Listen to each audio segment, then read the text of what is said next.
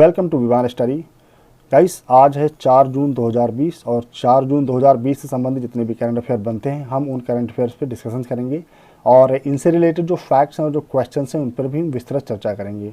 तो गाइस, अगर आप हमारे चैनल पर नए हैं तो चैनल को सब्सक्राइब करें, साथ ही साथ बेल आइकन ऑन करें ताकि हमारे पास किसी भी प्रकार की कोई वीडियो अपलोड हो तो उसकी नोटिफिकेशन सबसे पहले आप तक पहुँचे।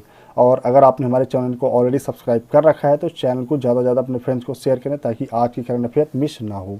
और आज की जो करंट अफेयर है इसकी PDF फाइल आप हमारे डिस्क्रिप्शन बॉक्स से डाउनलोड कर सकते हैं। तो दोस्तों, वीडियो को शुरू से लेकर लास्ट तक देखें और अगर आपको वीडियो हेल्पफुल लगती है, वीडियो आपके काम की लगती है तो वीडियो को लाइक ज़रूर करें। ठीक है, चलिए बढ़ते हैं आज की करंट अफेयर पर। तो गाइज, आज की करंट अफेयर का सबसे पहला क्वेश्चन, हाल ही में विश्व साइकिल दिवस कब मनाया गया? तो गाइज, करेक्ट ऑप्शन हो जाएगा ऑप्शन डी, 3 जून। हाल ही में विश्व साइकिल दिवस 3 जून को मनाया गया और ये अंतर्राष्ट्रीय विश्व साइकिल दिवस हर साल 3 जून को मनाया जाता है। और संयुक्त राष्ट्र द्वारा पहला आधिकारिक विश्व साइकिल दिवस 3 जून 2018 को मनाया गया था। याद रखेंगे गाइज, 3 जून फर्स्ट टाइम कब मनाया गया था? 3 जून 2018 को, ये पॉइंट याद रखेंगे। और यह दिन परिवहन के एक सरल, किफ़ायती, भरोसेमंद और पर्यावरण की सुरक्षा को प्रोत्साहित करने के लिए मनाया जाता है। भारत में भी साइकिल के पहिए ने आर्थिक तरक्की में अहम भूमिका निभाई है। दुनिया के किसी भी कोने की बात की जाए तो साइकिल ने हर जगह पर, हर कंट्री में अपनी एक अहम भूमिका निभाई है। ठीक है, तो गाइस, इसमें मोस्ट इंपॉर्टेंट थिंग क्या याद करना है, क्या याद रखना है कि विश्व साइकिल दिवस कब मनाया जाता है? 3 जून को हर साल मनाया जाता है। ठीक है, और सबसे पहले कब मनाया गया था? 3 जून 2018 को मनाया गया था। ठीक है, याद करेंगे। और ये कौन मनाता है, कौन इसको प्रोत्साहित करता है मनाने के लिए? तो गाइस, इसको प्रोत्साहित करता है यूनाइटेड नेशन। ठीक है, और दोस्तों अगर हम बात करें यूनाइटेड नेशन की तो यूनाइटेड नेशन का जो हेड क्वार्टर है न्यूयॉर्क में है और इसकी स्थापना हुई थी 24 अक्टूबर 1945 को। और यूनाइटेड नेशन के सेक्रेटरी जनरल महासचिव कौन है? Antonio Guterres. और यहाँ की ऑफिशियल लैंग्वेज क्या है? Arabic, Chinese, English, French, Russian, Spanish. ठीक है, 6 लैंग्वेजेस हैं, याद रखेंगे। ठीक है, चलिए बढ़ते हैं नेक्स्ट क्वेश्चन पर। तो गाइस, क्वेश्चन नंबर 2, केंद्रीय मंत्रिमंडल ने हाल ही में कितनी खरीफ की फसलों, ठीक है, कितने खरीफ फसलों को न्यूनतम समर्थन मूल्य में बढ़ोतरी की मंजूरी दे दी है? तो गाइस, इसका करेक्ट ऑप्शन हो जाएगा ऑप्शन सी, 14 यानी 14। ठीक है, 14 प्रकार की खरीफ फसलों के न्यूनतम समर्थन में मूल्य को मंजूरी दी है, बढ़ोतरी के लिए मंजूरी दी है। ठीक है, तो इसको याद रखेंगे। तो अगर इसकी बात करें तो केंद्रीय मंत्रिमंडल ने हाल ही में कई संशोधनों को मंजूरी दी है। साथ ही मंत्रिमंडल ने खरीफ को 14 फसलों के न्यूनतम समर्थन मूल्य को बढ़ाने के लिए भी मंजूरी दी है। सरकार ने किसानों को फसल पर उनकी लागत की तुलना में 50 से 83% तक अधिक रिटर्न मिलना सुनिश्चित किया है। कैबिनेट ने फसल वर्ष 2020-2021 के लिए धान की MSP जो है 1868 रुपये रखी है और जौ की जो MSP है जौ इसकी 2620 रुपये रखी है और बाजरा की जो MSP है 2150 रुपये रखी है, प्रति क्विंटल तय की है। ठीक है, और अगर बात करें कपास की तो MSP जो है इसकी 260 रुपये से अभी बढ़ाकर 5515 रुपये प्रति क्विंटल कर दी गई है। तो इसको याद रखेंगे कि केंद्रीय मंत्रिमंडल ने हाल ही में जो है 14 फसलों के न्यूनतम समर्थन मूल्य में बढ़ोतरी को मंजूरी दी है। ठीक है गाइस, 14 याद रखेंगे। चलिए बढ़ते हैं नेक्स्ट क्वेश्चन पर। गाइस, क्वेश्चन नंबर 3, केंद्र सरकार ने जल जीवन मिशन के तहत हाल ही में किस राज्य को 1407 करोड़ रुपए आवंटित किए हैं? कितने गाइस? 1407 करोड़ रुपए आवंटित किए हैं। तो गाइस, इसका करेक्ट आंसर हो जाएगा असम, ऑप्शन बी। ठीक है, इसको याद रखेंगे। तो गाइस, भारत सरकार ने क्या किया है कि असम में जल जीवन मिशन का लक्ष्य जो 2020-21 तक 13 लाख से अधिक ग्रामीण परिवारों को नल कनेक्शन प्रदान करना है और राज्य का उद्देश्य कमजोर, हाशिए पर पड़े वर्गों को प्राथमिकता के आधार पर रखना है और ग्रामीण समुदाय की सक्रिय भागीदारी के साथ ग्राम कार्य योजनाएं बनाई गई हैं। इस मिशन के तहत हर घर में पाइप के द्वारा पानी पहुँचाने का लक्ष्य है और प्रधानमंत्री नरेंद्र मोदी जी ने लोगों से आगे आने की और जल संसाधनों के संरक्षण में योगदान देने को भी आग्रह किया है। ठीक है, तो अगर हम बात करें कि जल जीवन मिशन असम में क्या है, तो जल जीवन मिशन असम में ये है कि मतलब हर घर में पानी की व्यवस्था कराई जाएगी, पानी के टैप्स लगाए जाएंगे। ठीक है, नल लगाए जाएंगे, तो ये याद रखेंगे। और गाइस, अगर हम बात करें आसाम की तो दोस्तों ये मैप में आप देख सकते हैं, ये आपका जितना राउंडेड एरिया है रेड, ये वाला जो है आसाम है। ठीक है, और आसाम की जो कैपिटल है दिसपुर है। यहाँ के जो गवर्नर हैं जगदीश मुखी हैं और चीफ मिनिस्टर कौन है? सर्बानंद सोनोवाल। और यहाँ की लैंग्वेज क्या है? आसामी लैंग्वेज यहाँ चलती है। ठीक है, इतना याद रखेंगे। और दोस्तों अगर यहाँ ऑप्शन में जो दिए हुए हैं स्टेट्स, इनकी बात करें तो पंजाब की कैपिटल क्या है, चंडीगढ़। यहाँ के चीफ मिनिस्टर कौन है, अमरिंदर सिंह। और यहाँ गवर्नर कौन है, वीपी सिंह बंदौर। ठीक है, इनको याद रखेंगे। और अगर बात करें सी, झारखंड की, ठीक है, तो झारखंड की कैपिटल क्या है, रांची है। और यहाँ गवर्नर कौन है, द्रौपदी मुर्मू। और चीफ मिनिस्टर कौन है, हेमंत सोरेन। याद रखेंगे इसको। और तमिलनाडु अगर बात करें गाइस, तो तमिलनाडु की स्थापना की बात करें तो ये 1 नवंबर 1956 में इसकी स्थापना हुई थी। और किससे अलग करके इसकी स्थापना की गई थी, आंध्र प्रदेश। ठीक है, याद रखेंगे। ये 1 नवंबर 1956 को आंध्र प्रदेश से सेपरेट होकर एक नया स्टेट बना था। और इसकी कैपिटल क्या है, चेन्नई है। और गवर्नर यहाँ के कौन है, बनवारी लाल पुरोहित। और चीफ मिनिस्टर कौन है, इडापड्डी के पलानीस्वामी। ठीक है, इसको याद रखेंगे। चलिए बढ़ते हैं नेक्स्ट क्वेश्चन पर। तो गाइस क्वेश्चन नंबर 4 है, हाल ही में रोजगार सेतु ऐप किस राज्य सरकार द्वारा लॉन्च किया गया है। तो गाइस इसका करेक्ट आंसर हो जाएगा मध्य प्रदेश, ऑप्शन सी। ठीक है, ऑप्शन सी, मध्य प्रदेश द्वारा जो है रोजगार सेतु ऐप लॉन्च किया गया है। और अगर इसकी बात करें तो जो प्रवासी श्रमिकों को रोजगार के रूप में सहायता प्रदान करने के लिए अभी हाल ही में 28 मई जो गुजर गई है डेट, 28 मई 2020 को रोजगार सेतु ऐप लॉन्च किया गया है। और इस योजना के तहत राज्य की आबादी का पूरे शहर का सर्वेक्षण किया जाएगा और जो लौट आए हैं उनके रोजगार उपलब्ध कराया जाएगा। ठीक है, जो भी बाहर वर्क कर रहे थे दूसरे स्टेट्स में, वो अपने स्टेट में लौट के आए हैं तो उनको राज्य सरकार क्या करेगी, रोजगार सेतु के तहत जो है इनको जॉब दिलाएगी, नौकरियां दिलाएगी, रोजगार उपलब्ध करवाएगी। ठीक है, तो गाइस अगर हम बात करें मध्य प्रदेश की, तो मैप में आप देख सकते हैं, मैप में ये मध्य प्रदेश है। ठीक है, जितना भी रेड वाला एरिया है। और जो मध्य प्रदेश की राजधानी क्या है, भोपाल। और यहाँ के चीफ मिनिस्टर कौन है, शिवराज सिंह चौहान। और गवर्नर कौन है, लालजी टंडन। और यहाँ पे गाइस थोड़े दिन पहले कुछ प्रोडक्ट को जो है जीआई टैग भी दिया गया है, जो मध्य प्रदेश के प्रोडक्ट हैं, जैसे चंदेरी फैब्रिक को जो है जीआई टैग मिला हुआ है। और इंदौर के चमड़े के खिलौने को भी जो है जीआई टैग दिया गया है। और यहाँ का जो मध्य प्रदेश का जो रतलामी सेब है, सेब, ठीक है, उसको भी जीआई टैग प्रोवाइड किया गया है। ठीक है, और गाइस और यहाँ अगर बात करें ऑप्शंस की, तो उत्तर प्रदेश सब जो पहला स्टेट है, इसकी कैपिटल क्या है, लखनऊ। और गवर्नर कौन है, आनंदीबेन पटेल है यहाँ की। और मुख्यमंत्री कौन है, योगी आदित्यनाथ। और दिल्ली की अगर बात करें तो चीफ मिनिस्टर कौन है, अरविंद केजरीवाल। और कैपिटल क्या है, कैपिटल दिल्ली ही है। और कैपिटल फॉर इसकी स्थापना कब हुई तो 1911 में। और यूनियन टेरिटरी कब बनाया गया था उसको, दिल्ली, क्योंकि दिल्ली एक स्टेट कंप्लीट नहीं है, ये यूनियन टेरिटरी है। ठीक है, तो 1956 में इसे यूनियन टेरिटरी बनाया गया था। और अगर गाइस हम बात करें महाराष्ट्र की, तो महाराष्ट्र की जो कैपिटल है वो है मुंबई। और यहाँ गवर्नर कौन है, भगत सिंह कोश्यारी। और चीफ मिनिस्टर कौन है, उद्धव ठाकरे। ठीक है गाइस, और बम्बई स्थापना दिवस कब मनाया जाता है, 1 मई 1960। गाइस ये याद रखेंगे, वेरी इंपॉर्टेंट है, 1 मई 1960। ठीक है, ये क्या है, मुंबई स्थापना दिवस हर साल मनाया जाता है। तो चलिए बढ़ते हैं नेक्स्ट क्वेश्चन पर। तो गाइस नेक्स्ट क्वेश्चन नंबर 5, हाल ही में ब्रिटेन में भारत के नए उच्चायुक्त किसे नियुक्त किया गया है। उच्चायुक्त किसे नियुक्त किया गया है गाइस, तो हो जाएगा गायत्री कुमार। ऑप्शन सी आपका करेक्ट हो जाएगा, गायत्री कुमार को हाल ही में ब्रिटेन में भारत की ओर से उच्चायुक्त नियुक्त किया गया है। ठीक है, और अगर गाइस बात करें गायत्री कुमार की, तो गाइस ये हैं गायत्री कुमार। ठीक है, आप देख सकते हैं स्क्रीन पर।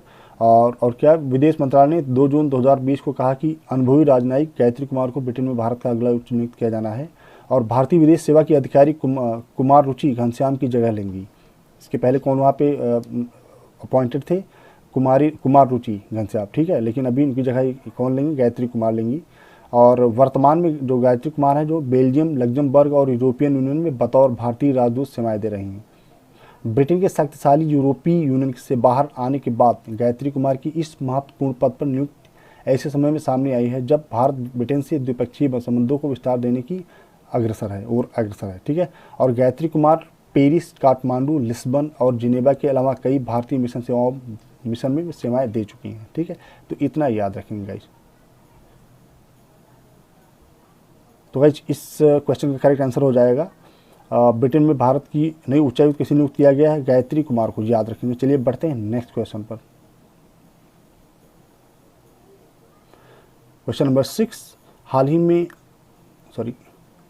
ही में किस युवा महिला क्रिकेट खिलाड़ी को अर्जुन अवार्ड हेतु नामित किया गया है। ठीक है, यहाँ पे ऑप्शन आपको करेक्ट बताना है कि मतलब किस युवा महिला क्रिकेट खिलाड़ी को अर्जुन अवार्ड हेतु नामित किया गया है। तो गाइज इसका करेक्ट आंसर हो जाएगा ऑप्शन ए दीप्ति शर्मा। ठीक है, दीप्ति शर्मा को अभी हाल ही में अर्जुन अवार्ड के लिए नामित किया गया है। ठीक है, तो दीप्ति शर्मा क्या है? दीप्ति शर्मा एक भारतीय क्रिकेटर हैं और उन्होंने 28 नवंबर 2014 को दक्षिण अफ्रीका के खिलाफ वनडे में अंतर्राष्ट्रीय क्रिकेट में अपना पहला प्रदर्शन किया था। ठीक है, तभी से ये इंटरनेशनल क्रिकेट में प्ले कर रहे हैं। ठीक है, तो गाइज ये हैं स्क्रीन पर आप देख सकते हैं, ये हैं दीप्ति शर्मा। ठीक है, जिन्हें हाल ही में जो है अर्जुन अवार्ड के लिए नामित किया गया और ये क्या है? एक भारतीय क्रिकेटर हैं, महिला क्रिकेटर हैं। ठीक है, तो इतना याद रखेंगे।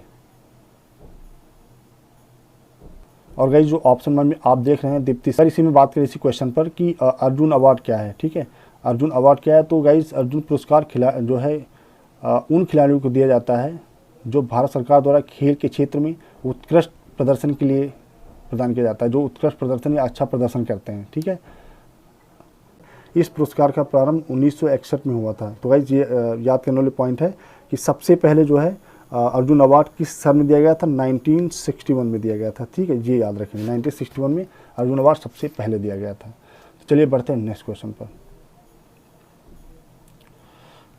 तो गाइज क्वेश्चन नंबर 7, हाल ही में दिल्ली बीजेपी अध्यक्ष के रूप में किसे चुना गया है? दिल्ली बीजेपी अध्यक्ष। ठीक है दोस्तों, इसके पहले जो है दिल्ली बीजेपी अध्यक्ष जो मनोज कुमार हुआ करते थे। ठीक है, लेकिन अभी हाल ही में किसे चुना गया है? आपको ऑप्शन सी करेक्ट हो जाएगा, आदेश गुप्ता को। ठीक है, आदेश गुप्ता को जो है भारतीय जनता पार्टी का जो है दिल्ली का जो है पार्टी अध्यक्ष चुना गया है। और इसके पहले जो मैंने बताया बीजेपी अध्यक्ष पद से मनोज तिवारी को हटा दिया गया है, अब उनकी जगह पर आदेश गुप्ता ने कमान संभाली है। और आदेश कुमार गुप्ता दिल्ली की ज़मीनी राजनीति से जुड़े हुए हैं, इसी के लिए जो है पार्टी ने जो है इनको जो है अध्यक्ष पद पर बैठा दिया है। ठीक है, तो इसको याद रखेंगे। और बात करें अगर गाइज आदेश गुप्ता की,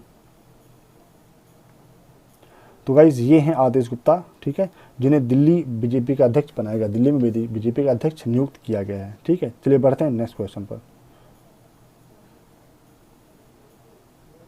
तो गाइज क्वेश्चन नंबर 8, हाल ही में दिल्ली के मुख्यमंत्री अरविंद केजरीवाल ने कौन सा ऐप लॉन्च किया है? दिल्ली में कौन सा ऐप लॉन्च किया गया है? तो गाइज इसका करेक्ट ऑप्शन हो जाएगा ऑप्शन ए दिल्ली कोरोना। ठीक है, तो अरविंद केजरीवाल जो दिल्ली के मुख्यमंत्री हैं वर्तमान में, इन्होंने जो है दिल्ली में दिल्ली कोरोना नाम का एक ऐप लॉन्च किया है। ठीक है, और इसका वर्क क्या है गाइज अगर बात करें तो इसका वर्क ये है कि मतलब इस ऐप को जो भी यूज करेगा तो उसको ये जानकारी मिलेगी कि किस अस्पताल में कितने बेड खाली हैं और जो और अन्य समस्याएं हैं, जो अन्य जानकारियों का भी पता इसी ऐप के माध्यम से चल जाएगा। सबसे मेन की पॉइंट है कि किस अस्पताल में किस हॉस्पिटल में कितने बेड खाली हैं, उसकी जानकारियाँ किसी भी व्यक्ति विशेष को प्राप्त हो पाएंगी दिल्ली कोरोना ऐप से। ठीक है, तो इसको याद रखेंगे। चलिए बढ़ते हैं नेक्स्ट क्वेश्चन पर।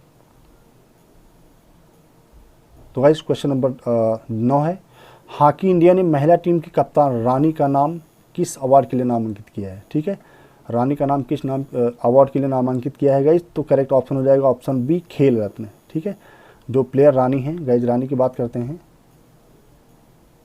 तो गाइज ये हैं इंडियन हॉकी प्लेयर रानी। ठीक है, इन्हीं को जो है अभी हाल ही में जो है खेल रत्न अवार्ड के लिए नामित किया गया है। ठीक है, और अगर हम बात करें रानी की गाइज,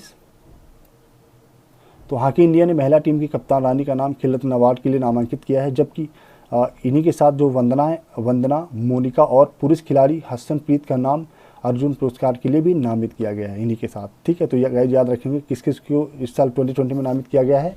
नंबर 1 गाइज ऑप्शन में आप देख होंगे कि अर्जुन अवार्ड, खेल रत्न, भारत रत्न, ये अवार्ड्स के बारे में जानकारी आपको दे देता हूँ।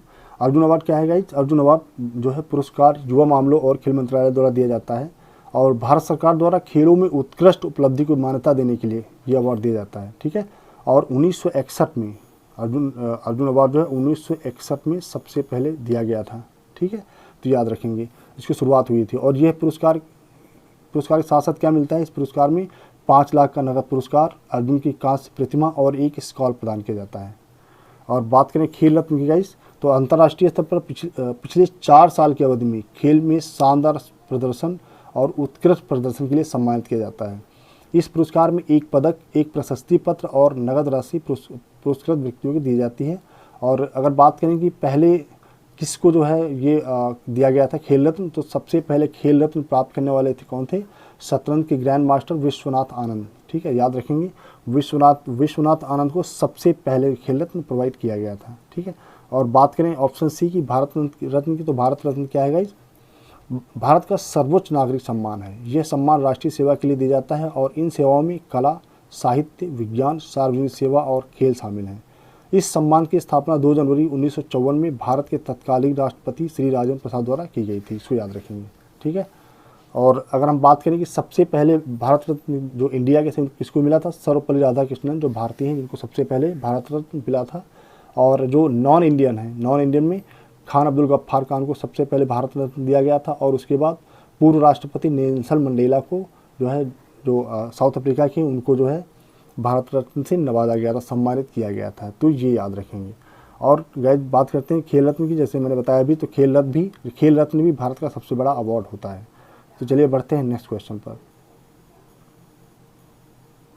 और गाइस ये आज करंट अफेयर का क्वेश्चन नंबर 10 और सबसे last question, bank board bureau ने यानी बी, ठीक है, ने हाल ही में SBI के में चौथे MD के पद के लिए किसको नाम को मंजूरी दी है, ठीक। कौन से ऐसे व्यक्ति विशेष हैं जिसके नाम को चौथे SBI के MD के चौथे पद के लिए जो है MD के पद के लिए नामित किया गया है। तो गाइस इसका करेक्ट आंसर हो जाएगा अश्विनी भाटिया। और गाइस अगर हम बात करें अश्विनी भाटिया की, तो गाइस ये हैं अश्विनी भाटिया, ठीक है, स्क्रीन पर आप देख सकते हैं। और बैंक बोर्ड ब्यूरो ने हाल ही में SBI में चौथे MD के पद के लिए म्यूचुअल फंड कंपनी SBI के म्यूचुअल फंड निदेशक अश्विनी भाटिया के नाम को मंजूरी दे दी है, लेकिन उनकी नियुक्ति कैबिनेट की अपॉइंटमेंट मीटिंग के बाद होगी, ठीक है। अभी कहाँ पे वर्क कर रहे हैं, ये म्यूचुअल फंड कंपनी में SBI के म्यूचुअल फंड निदेशक हैं, ठीक है। और अभी क्या कर दिया गया है, इन्हें जो है MD पद के लिए नामित किया गया है, किसमें, बैंक बोर्ड ब्यूरो ने SBI में नामित किया है, ठीक है। तो ये याद रखेंगे। तो गाइस ये था आज का करंट अफेयर। तो गाइस आज के करंट अफेयर से रिलेटेड अगर आपके पास कोई क्वेरी या कमेंट है तो आप हमारे कमेंट बॉक्स में दे सकते हैं। और इसकी PDF फाइल हमारे डिस्क्रिप्शन बॉक्स से डाउनलोड करें और वीडियो को ज़्यादा से ज़्यादा शेयर करें, ठीक है गाइस। चलिए, थैंक यू।